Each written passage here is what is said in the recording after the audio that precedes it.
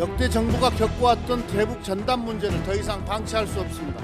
야당도 반대를 위한 반대가 아니라 책임 있는 자세로 대북 전단 문제에 임해야 합니다. 여권에서 마치 기다렸다는 시 들고 나오는 것에서 대한민국의 자존심이 참이 무너졌다고 보고, 이런 일들이 되풀이 되니까 이제는 북한이 대한민국 알기를 아주 그냥 어린애 취급 내지는 아나무인으로 취급하는 것이죠.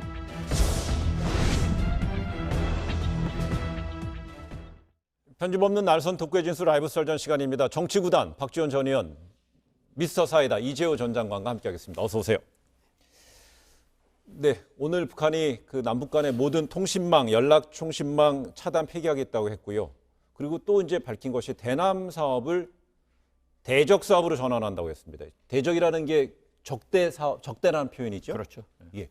왜 이렇게 속도감이 이렇게 지난 4일날 김여정 부부장이 그 전단 얘기를 했으니까 5일 만이에요. 뭐 예. 북측으로서는 참을 만큼 참았다. 그리고 지금 현재 트럼프 대통령이 쳐다보지도 않고 예. 코로나, 뭐 인종 갈등, 대선 이런 걸로 나가기 때문에 굉장히 다음 차기 대통령과 북미 관계를 개선해야 되는 그런 절박한 때, 또 우리나라에서도 실제로 약속을 하고 아무것도 지켜지지 않으니까 네. 저렇게 벼랑 끝 전술을 한번 썼다. 그렇지만은 뭐 오늘 통신이 단절됐지만은 그래도 어딘가는 하나 살아 있을 거고, 또 어딘가 살아 있어요? 그럼요. 대화는 이어진다. 저는 그렇게 봅니다. 좀 어딘가 살아 있다는 건 좀 더 여쭤볼게요. 네. 예.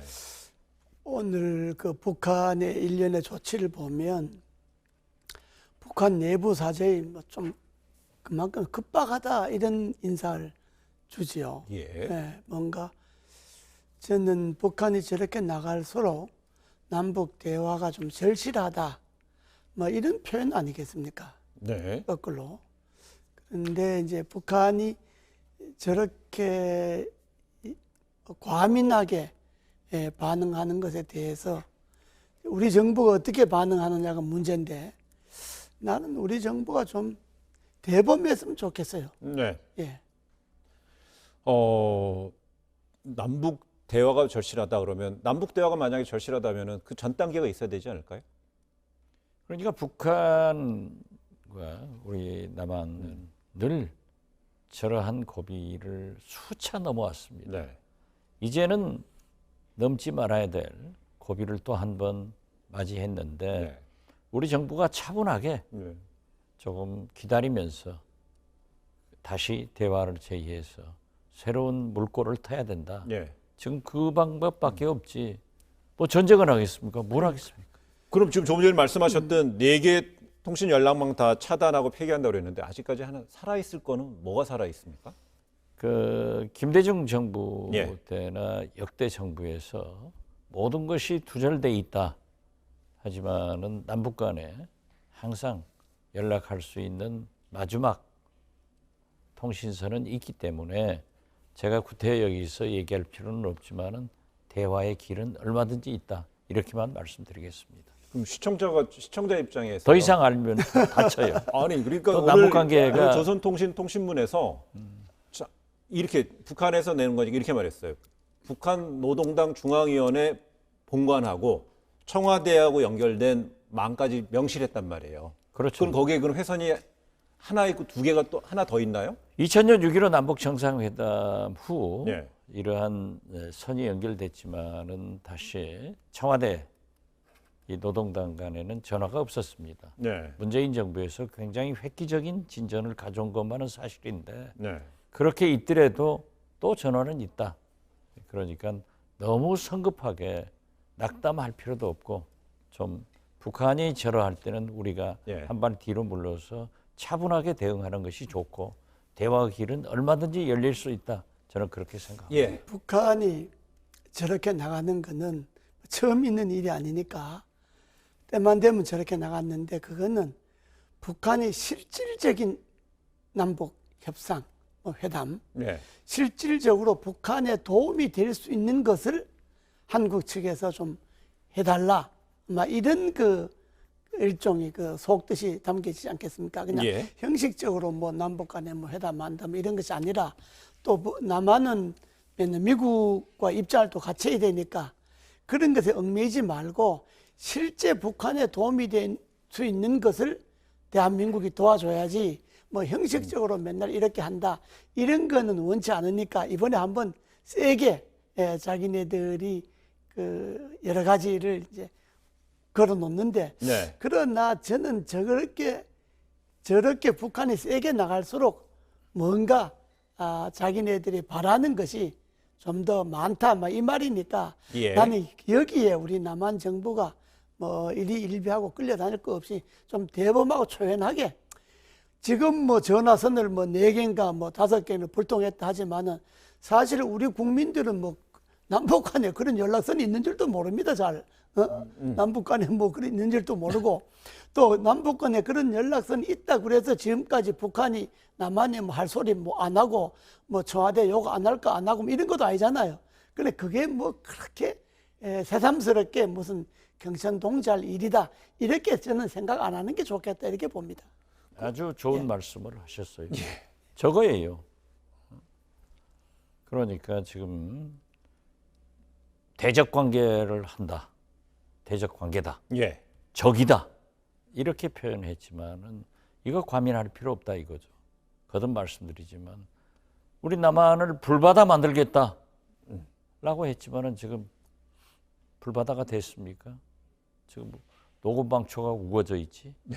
그래서 저는 북한이 어떠한 저러한 막말을 하더라도 우리 정부가 좀 차분하게 대범하게 네. 지금 이재호 장관께서 말씀하신 대로 그렇게 대하는 것이 또 다른 길을 개척하는 길이다.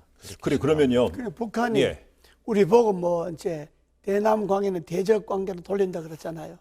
그건 이제 말이 없다고 언제는 북한이 우리를 우바로 생각했나요?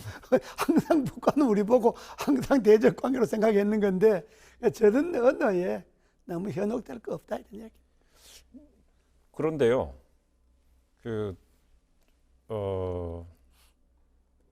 이번에도 결국은 이 조선 북한 매체에서는 이번 통신 연락망 차단 폐기 조치의 지시 주체가 김여정 부부장이라는 걸 명기를 했잖아요. 그렇죠.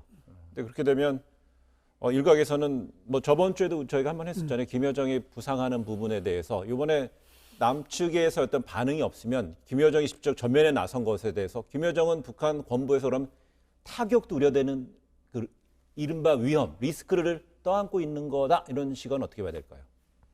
그러니까 김여정 노동당 제1부부장이 타격을 가하도록 명령한다 이런 말씀이에요? 아니 김여정 부부장이 예. 이번에 남북 간의 통신 연락망을 폐기, 차단하는 지시 주체잖아요. 그렇죠. 근데 만약에 이 남측에 김영철 노동당 부위원장이랑 부위원장과 함께. 그런데 만약에 이번에 남측이랑 이번에 어떤 남측으로부터의 어떤 반응이 없어서 성과가 없다면 북한 측에서 북한 당국에서 김여정의 어떤 위상이라든지 흠이 생길 수 있지 않을까라는 분석도 있잖아요.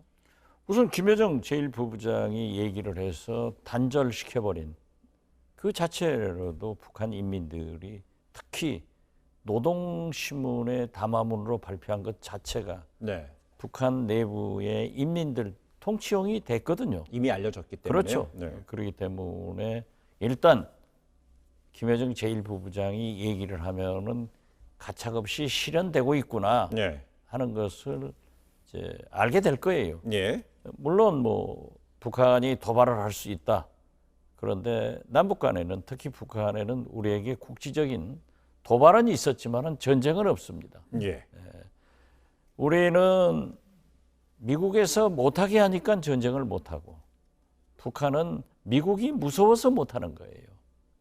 그렇기 때문에 저는 물론 김여정 제1부부장이 저렇게 강경하게 대적 관계다라고 했기 때문에 혹시라도 도발의 가능성은 있지만은 그것 자체도 그렇게 크게 염려할 필요는 없다 그렇게 생각합니다. 북한이 김여정 부부장이 저렇게 세게 나갔는데 한국 측에서 별 반응이 없으면 김여정 부부장이 북한 내에서 위사이라든지 뭐가 예. 좀 그 흠이 있지 않겠느냐 이런 이야기인데 그렇지 않습니다. 왜냐 그러면 김여정 부부장 이미 김정은 다음으로 자리를 굳혀가고 그리고 북한 사람들도 알만한 사람들은 김여정 부부장이 저런 언사가 하나의 허풍 내지 일종의 과장된 그런 제스처로 보기 때문에 그 남한에서 뭐 대응을 안 한다고 그래서 김여정 부부장 위상이 흔들리거나 북한 내에서 뭐 그러지는 않습니다. 그래서 이제 북한의 이번 조치에 대해서 첫 단계 행동이라고 그랬기 때문에 추가 조치도 좀 예상할 수 있을 것 같아요. 우리 두 분의 촉감으로 봤을 때는 북한에서 추가적인 조치 낸다면 뭐가 있을까요? 뭐 우선 군사 합의서를 파기할 수 9.19. 있죠. 9.19. 예. 왜냐하면은 그 9.19 합의서에 4.27 판문점 선언에 대북 전단 삐라를 네. 안 보내게 돼 있습니다. 그리고 북한에서는 우리한테 안 보내는 겁니다. 네. 제가 코로나 위기도 있다라고 했더니 뭐 일부 통합당 의원들이나 탈북 단체에서 뭐 저를 세게 비난하지만은 지금 현재요 자기들 사이트에 네. 이러한 것들을 올려놓고 있습니다. 그러면 북한에서는 우리보다도 우리 사정을 더 잘 알아요. 네.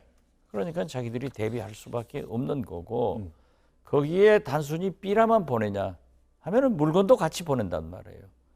또 최근에는 페트병에다 그러한 물건들을 또 바다를 통해서 올려 보내니까 이건 과민 반응할 수밖에 없어요. 네. 거듭 말씀드리지만은 북한은 방역 의료 시스템이 취약하기 때문에 전염병을 가장 두려워합니다. 네. 그러니까 이번에 북중 국경 봉쇄도 우한 사태가 막 나자 바로 해버렸어요.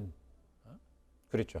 그렇지만은 이러한 염려를 가지고 있는데 구태여 그렇게 실시를 하니까 화가 난 거죠. 지금 아마 예.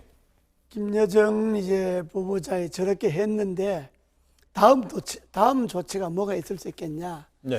뭐 아마 그 판문점 선언이나 군사 합의 같은 거 뭐 모여하겠다. 네. 그거는 뭐 우리로서도 크게 두려울 게 없습니다. 예. 예, 그렇기 때문에 오히려 군사 합의나 판문점 선언이 북한이 더 이득을 보고 있기 때문에 우리로서는 뭐 그거 파기한다 그래서 뭐 별로 손해 볼 것도 없고 그 다음에 이제 북한이 그러겠죠. 뭐 개성공단 문제 뭐 철수한다 뭐 개성 뭐 저 금강산 문제 어떻게 한다 뭐 이렇게 여러 가지 그동안에 해놨던 것을 뭐 철수 내지는 폐쇄 뭐 이렇게 나가겠죠. 그러나 그거는 북한의 수순이고 거기에 더 나가면 이제 뭐 또 뭐 미사일 뭐 훈련도 하고 뭐 쏘고 뭐 그러겠죠. 그러나 그거는 북한이 1년 지금까지 우리가 겪어본 북한의 하나의 수순이기 때문에 예. 거기에 뭐 흔들릴 필요 없다 이런 이야기입니다. 예. 오늘요. 예. 오늘 연합뉴스 보도에 따르면은 탈북자 커뮤니티에 북한의 의료 체계와 방역 체계는 소말리아 수준이라 코로나 바이러스가 펴지면 북한이 붕괴된다. 네. 김정은 정권의 붕괴를 위해 코로나 확산 프로젝트를 추진하자며 코로나 환자들이 사용하던 물품 등을 구매한다. 이런 것을 올리고 있단 말이에요. 그 전단 내 그런 내용이 들어있다. 아니요. 자기들 사이트에다가요? 사이트에다. 예. 이렇게 하니까 북한에서 검색을 하고 당연히 대비할 거 아니에요. 네. 예. 그래서 저는 이러한 것이 백해무익하다. 이런 예. 거 하지 말자. 그래서 보니까 더불어민주당에서는요 대북전단 살포금지법을 그 이번 원이 구성 완료되게 되면 김태년 원내대표가 그랬습니다. 원 구성되게 되면은 입법을 바로 마무리하겠다 얘기했습니다. 그런데 미래통합당에서는 이른바 이거 뭐 김여정 하명법 아니냐 이런 식으로 또 반발하고 있네요. 그러니까 제가 볼 때는 그거는 네. 법으로 할 건 아니고 예를 들어서 민통선 안에서 그 보내는 거 이거는 군이 막을 수가 있어요. 군 예를 작전상. 이명박 정부 때도 예, 뭐 민통 경찰이 안에서. 가서 막고 그랬잖아요. 예, 그리고 또 그 공개적으로 뭐 선전도 하고 광고도 하고 뭐 보낸다 그런 것도 그거는 조정할 수가 있어요. 그러나 그거는 정부가 계도로서 막을 수가 있는 건데 굳이 법까지 만들어 갖고 할 필요는 뭐 있느냐? 그건 우리의 이제 또 헌법적 가치도 있고 한데 예. 그런 건 아마 논란의 여지가 있기 때문에 충분히 정부나 군 당국이 궤도로서 할 수 있는 일을 법을 만들어서까지 한다고 하는 것은 그 너무 나간 것 아니냐 이런 반론이 있을 수가 있죠. 네, 물론 정세현, 예. 지금 현재 이 삐라가 문재인 정부만 있는 게 아니에요. 이명박 정부, 박근혜 정부 많아서 여기도 접경 지역 주민들이 보초를 서가면서 일체 우리 생명과 재산을 위해 보호를 위해서 오지 마라. 탈북자들한테 이렇게 한 경험이 많고요. 과거가. 그리고 19대 국회에서도 20대 국회에서도 이 소위 삐라 방지법을 발의했습니다. 네. 그렇지만은 통합당의 반대가 있어서 통과가 못 된 거예요. 그렇다고 하면은 물론 지금 법으로도 계도가 가능하고 단속이 가능하지만 이거 가지고는 안 됩니다. 그렇기 때문에 예. 백해무익한 삐라 살포를 위해서는 남북관계 개선을 위해서는 이번에 법을 만들었어요. 입법을 해야 된다는 거네요. 또 그게 김여정이 말하니까 지금 만들지 않느냐. 오래전부터 이미 거듭 말씀드리지만 19대, 20대 국회에서도 이제 폐기됐고 예. 통일부에서도 지금까지 이 정부 입법을 위해서 일했기 때문에 연구를 해왔기 때문에 저는 김여정 하명법이다. 이것은 아니다. 근데 지금 보니까 입법 부분은 입법이고요. 또 정세현 민주평통 부의장, 수석 부의장 같은 경우는요. 군병력 동원해서라도 막아야 된다고 그랬습니다. 그건 너무 나간 발언이고. 나간 거예요? 예. 근데 지금 사실상 그런데 우리 이재호 장관도 방금 군을 동원해서 계도할 수 있다고 그랬잖아요. 아니 군에서 얼마든지 계도할 수 있는데 군병력을 동원해서 뭘 막고 뭐 이런 건 그건 너무 나간 이야기죠. 실제로 휴전선 안에 다 떨어져요. 네. 그러면 그건 군인들이 수고해야죠. 예. 이런 민통- 것을 의미하니까 민통선 안에서 떨어지는 거는 저쪽에서도 왜 저 반을 저렇게 과격하게 하느냐 그러면 저쪽에 민통선 안에라고 하는 건 주로 북한 군인들이 있는 데잖아요. 네. 주로 북한 군인들이 많이 있는데 이 저 전단이 떨어지고 하는 거는 자기네들로서 상부에 보고할 수도 없잖아요. 상부에 보고하면 왜 당신들 그거 못 막냐 이렇게 이야기할 테니까 네. 저쪽으로서도 죽을 맛은 죽을 맛이죠. 네. 그러나 그걸 우리 쪽에서 보내는 걸 뭐 정부나 군 기관이 보내는 게 아닌데 민간인들이 보냈는데 그걸 군을 동원해 갖고 그걸 물리적으로 막는다 이렇게 하는 건 그건 있을 수도 없는 이야기죠. 예, 그 대북전단 이른바 삐라의 북한으로 보내는 것에 대해서는 4.27 판문점 선언에서 그 부분 보내지 않는 걸로 명시가 됐기 때문에 북쪽에서는 이제 주장을 하는 것이고요. 거기에 대해서 이제 정세현 수석 부의장 같은 경우는 4.27 선언도 좀 읽어보고 9.19 남북 군사합의 내용도 읽어보라 이런 주장을 펴고 있는 것 같습니다. 근데 그거는 판문점 선언하고 군사 합의가 좀 애매하게 되어 있는데 군이나 정보기관에서 보내는 거는 그거는 안 하는 걸로 되어 있는데 이제 그 해석이 네. 그럼 민간인들이 자기네들이 몰래 보내는 건 어떻게 할 거냐에 대해서는 해석상의 차이가 좀 있을 수 있어요. 네. 그러니까 저쪽이나 이쪽이나 군이나 정보기관이 전단 보내는 건 그거는 안 하죠. 네. 안 하는데 민간 부분이 몰래 보내는 건 어떻게 할 거냐 하는 것에 대해서는 해석 여지가 있는데 지금 북한은 자기들 편한 대로 해석을 해버리니까 그런 문제가 나오죠. 그 해석이 더 편한 대로 해석이죠. 예. 외국과의 조약이나 협약은 정부는 물론 소속된 국민도 준수해야지 정부만 준수하고 민간 국민은 안 한다. 이런 법은 없죠. 그렇기 때문에 이 9.19 합의나 4.27 판문점 선언에서 합의됐다고 하면은 상호 준수할 의무가 국민한테 있는 거예요. 네. 예, 그런 해석도 가능합니다. 예, 그래서 지금 보니까 이제 며칠 있으면 6.15 남북 공동 선언이었잖아요. 2000년. 근데 그 전까지는 민간이든 그 정부 당국에서는 대북 전단을 보냈었고 그 이후부터는 이제 그 부분을 이제 하지 않았었고 거기에 대해서 명시적으로 된 게 2018년 4.27 판문점 선언이었기 때문에요. 근데 그 부분의 해석에 있어서 군 당국이든 아니면 민간 영역이든 2018년 이후부터는 안 되는 것이라는 해석을 강하게 하고 있는 내용. 그게 정세현 부의장 그렇게 얘기하고 있는 거죠. 그렇죠. 예, 알겠습니다.